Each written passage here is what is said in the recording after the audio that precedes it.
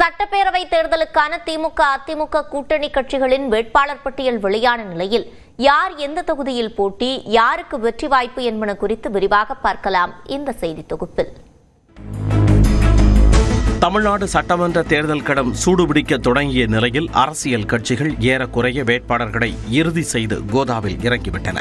இதில் திமுக கூட்டணியில் 10 தொகுதிகளில் தேமுதிக களமிறங்கும் நிலையில் விருத்தாச்சலத்தில் அக்கட்சியின் பொதுச் செயலாளர் பிரேமலதா களமிறங்குகிறார். அங்கு பிரேமலதாவை எதிர்த்து பாமக போட்டியிடுகிறது.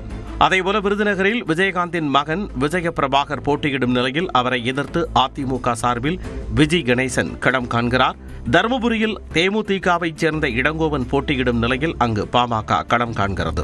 இதேபோல திமுக கூட்டணியில் உள்ள காங்கிரசும் அதிமுகவும் நேருக்கு நேர் 18 தொகுதிகளில் கோதாவில் இறங்குகின்றன. இதில் ஸ்ரீபெரும்புதூரில் அதிமுகவின் பழனி, ஈரோடு கிழக்கு தொகுதியில் அதிமுகவின் மனோகரன், கடலூரில் முன்னாள் அமைச்சர் MC சம்பத் ஆகியோருடன் காங்கிரஸ் வேட்பாளர்கள் மோதுகின்றனர்.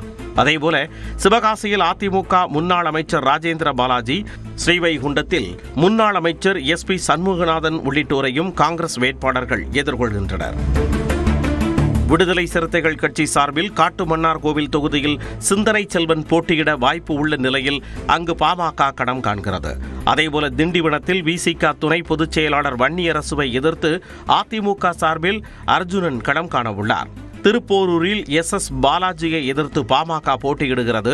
இது தவிர செய்யூர், அரக்கோணம், திண்டிவனம், கள்ளக்குறிச்சி, பன்ருட்டி ஆகிய 5 தொகுதிகளில் அதிமுக வேட்பாளர்களை எதிர்த்து விசிக வேட்பாளர்கள் களமிறக்கப்படுகின்றனர். பெரியகுளத்தில் அமமுக வேட்பாளர் கதிர் காமுவை விசிக வேட்பாளர் எதிர்கொள்கிறார். அதேபோல மார்க்சிஸ்ட் கம்யூனிஸ்ட் கட்சிக்கு கீழ்வேளூர் தொகுதி ஒதுக்கப்பட்ட நிலையில் அங்கு பாமக பொதுச் செயலாளர் வடிவேல் ராவணன் போட்டியிடுகிறார். மதிமுக சார்பில் மதுரை தெற்கு தொகுதியில் செந்தில்நாதன் களமிறங்கும் நிலையில் அங்கு பாஜக போட்டியிடுகிறது. கடையநல்லூரில் ராஜேந்திரன் போட்டியிடும் நிலையில் அங்கு அதிமுகவின் கிருஷ்ணமுரடி களம் காண்கிறார்.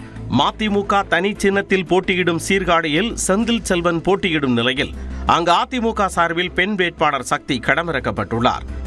அதேபோல கொங்கு நாடு மக்கள் தேசிய கட்சியின் பொதுச் செயலாளர் ஈஸ்வரன் திருச்செங்கோட்டில் போட்டியிடும் நிலையில் அங்கு அதிமுக சார்பில் சந்திரசேகர் போட்டியிடுகிறார். பொள்ளாச்சியில் நித்யானந்தன் களமிறங்கும் நிலையில் அங்கு அதிமுக சார்பில் முன்னாள் அமைச்சர் பொள்ளாச்சி ஜெயராமன் போட்டியிடுகிறார்.